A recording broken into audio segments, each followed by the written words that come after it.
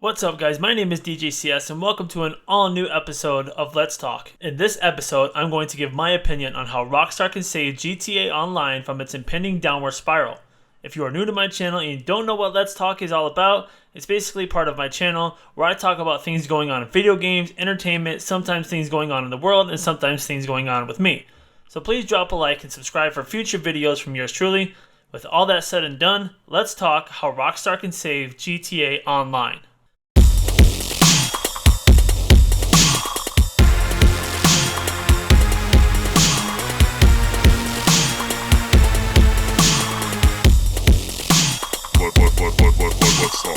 Now, we may or may not be getting a trailer tomorrow for a DLC that may or may not come out next week. At this point, we have no idea. Even the supposed leakers with all their inside information have no clue what is going to happen. If there is no DLC released soon, the huge flux of players they saw in 2017 will begin to dwindle rapidly. Without even drip feed vehicles, event weeks just aren't enough to keep people interested in the game. With this week being a stunt week with double money and XP on Rockstar created and verified stunt races, it is leading strongly that the next DLC will be some sort of race-themed DLC, which is fine because at its core GTA is a car game. A majority of what you do in the game is drive or fly, so it wouldn't surprise me if the new DLC was an extension of transform races or stunt races or some form of races. But that's not going to keep GTA Online afloat, and it may even cause some players to move on. I know a lot of players came back for the Doomsday Heist, however after playing them for hours and realizing they may not be as good as the original heist and the payout isn't that great for the time you put in, I'm sure many of those who came back left again. On my video from last week's Let's Talk Why Rockstar is dropping the ball with GTA Online, I talked about how they are not giving any incentive to players to keep coming back to the game, other than drip feed vehicles, which most people, myself included, can't really afford. Not to say they are ridiculously priced, though many are, but the grind to keep up with it isn't really worth it anymore. One of my subscribers, Harambe Jones, commented on that video and said that it's a dead game. Yeah, there's still a lot of people who play it, but their DLCs are rinse and repeat. And he's got a good point. Since the beginning of GTA Online with contact missions, it has been go here, get this, and bring it back. At least with those, we got paid instantly. The pay wasn't great, but at the time it was something. Even in story mode, it was, hey, go get this, bring it back. That seems to be the basis of GTA.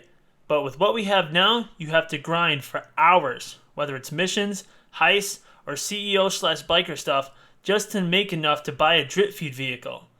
Not to say no one should have to grind because there are those of us who have always grinded, and it wouldn't make sense for newbies to just jump in and have the instant success.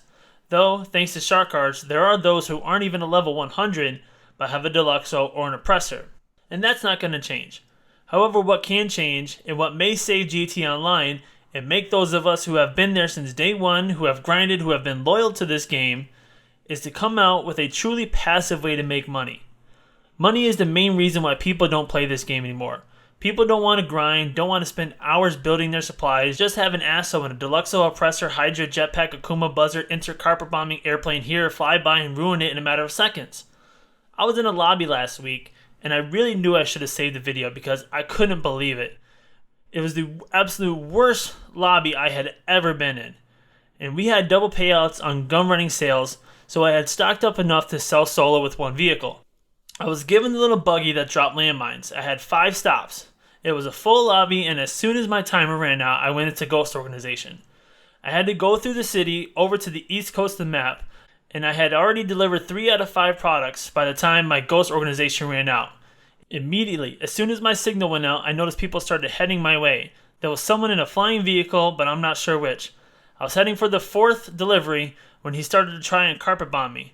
Before I could get to the 4th, his buddy drove up on me in his Kuruma and gunned me down. Then they blew up the buggy. As soon as I spawned in, they killed me again. Then I got blown up by someone in a Deluxo. Then blown up by a jet.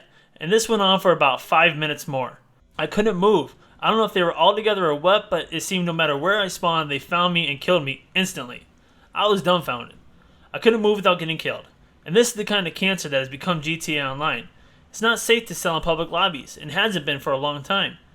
Even if you have people with you, it doesn't take much for someone to come out of nowhere and blow up your whole squad with the vehicles they have now.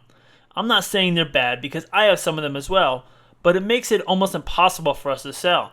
not to mention the God Mode glitch that's been going around all platforms of GTA Online. I know Rockstar wants to make money, but this game is one of the best-selling games of all time, if not the best. They've made so much money from game sales and shark cards, it's ridiculous. According to an article on Forbes.com, back in April of 2016, almost 2 years ago, they have made $500 million on shark cards alone. That's almost 2 years ago. Another post from Forbes, this one from May 14th of 2014, almost 4 years ago, says that according to Take-Two's fiscal year report, the company has sold 33 million copies of Grand Theft Auto V. They did the math, and assuming that people paid $60 per game, that adds up to $1.98 billion from Grand Theft Auto V game sales alone. They mentioned that some people may have not paid $60 for the game, and so that number may be higher than it actually is, but that was 4 years ago. With Rockstar stating that 2017 was one of the best years for them and saw more players than ever, I can only imagine that that number has at least doubled, if not maybe tripled. That post came after the game was re-released for PlayStation 4 and Xbox One, but before the PC release. I myself have bought the game 3 times, twice at full price for the PS3, my first one was scratched and damaged by my kids, then at half price on Black Friday for the PS4 before I even had a PS4. I have also bought 2 Megalodon shark cards, so that means I have spent $350 not counting tax on this game alone. But getting back to what I said earlier, what do I mean by truly passive income? Well, it's probably not something that Rockstar will do, and they most definitely should do, but that's reward loyal players with daily, maybe even hourly payouts. With Red Dead Redemption 2 coming this fall, people are going to be playing this game less and less. The only way to keep people playing this game is to give them an incentive to come back every day. I'm not talking about a lot by our means, but it may be a lot by Rockstar's means. I'm thinking something like 200,000 for those who log in every day after a certain rank. Say people over rank 120 or maybe 200. I know that won't be fair to those who are just starting or may have been playing for a while but are only at like rank 80. But hey, those of us who've been playing this game loyally for over 4 years had to go without for a long time.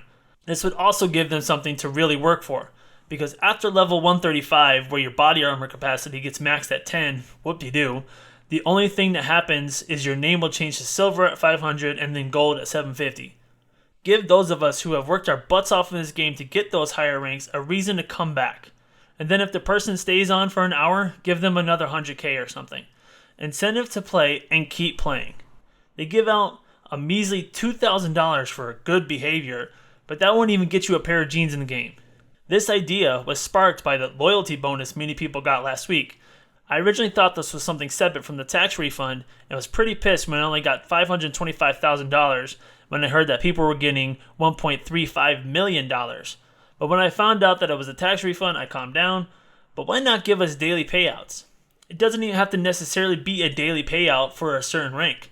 Why not let us buy some lucrative business? Like in story mode, where you can buy the taxi company, the movie theaters, the scrapyard, or even the golf course. This would be a great way to introduce nightclubs. Say we spend $8 million to buy Bahama Mamas, then like $2 million for some of the smaller clubs like Clappers or Cockatoos. And maybe they don't have to have as high of payouts. The more you put in, the more money you get back. I've been playing this game since the early days of online. I've stood by this game, but if Rockstar wants to keep it alive, they need to do something big, and honestly, while a daily payout would be a great start, I don't think it would be enough.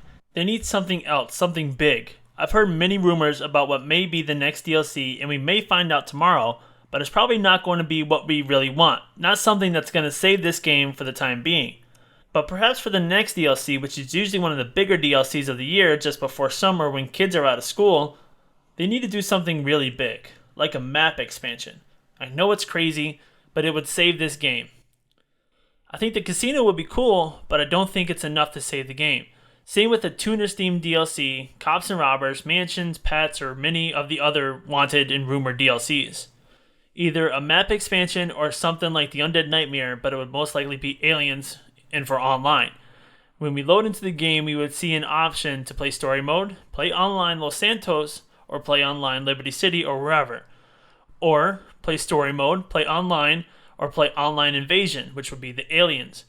Therefore, it wouldn't really interfere with the current state of normal online lobbies.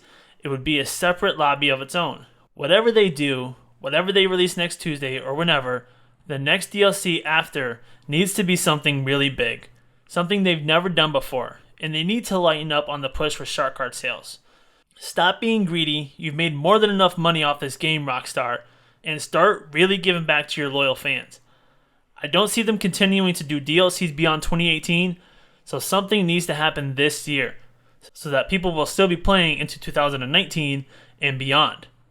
But that's going to do it for this video. Once again, if you are new and you like this video, please drop a like and subscribe. My name is DJCS. Have a good one, guys.